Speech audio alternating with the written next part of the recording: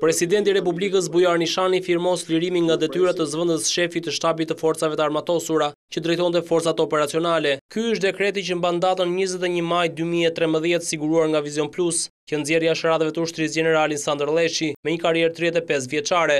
Dekreti i presidentit nuk ka asnjë argument pse shkarkohet nga detyra ushtaraku i lartë, madje edhe lajmërimi i generalit është bërë në rrugë që ai e konsideron gjysmë zyrtare. Në një intervistë për Vision Plus, zoti Lleshi e cilëson antiligjor dhe të pamoralshëm shkarkimin e befasishëm të tij.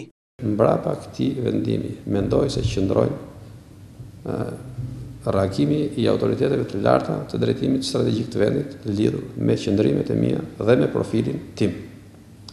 Për që në pak më konkret, do t'ju them që po bëhen disa vite që unë përpiqem që të diskutoj, të zgjidh në rrugë institucionale dhe zyrtare disa divergjenca që kanë të bëjnë me mënyrën se si organizohen, funksionojnë dhe drejtohen forcat armatosura të vendit tonë, tashmë antar të NATO-s.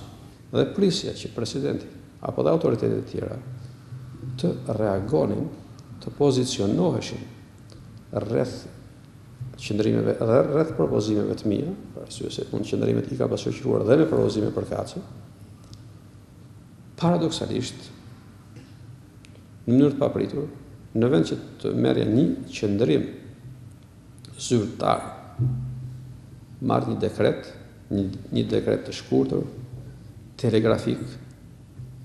General Sandër Lleshi ishte emri i propozuar nga shkrimtari i njohur Ismail Kadare për postin e presidentit vitin e kaluar, post që sot mbahet nga ish ministri i brendshëm Bujar Nishani.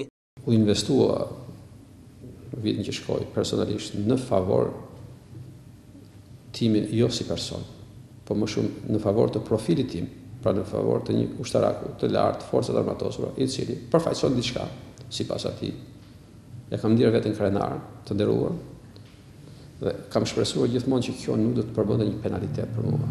Sandër Lleshi që prej vitit 2010 mban postin e zëvendës shefit të shtabit të përgjithshëm të forcave të armatosura. Më herët ai ka qenë atashe ushtarak për 8 vite në Gjermani. Bashkë me të, kreu i shtetit ka firmosur largimin nga radhët e ushtrisë edhe të 2 generalëve të tjerë, duke ndryshuar kështu 30% të kupolës së ushtrisë.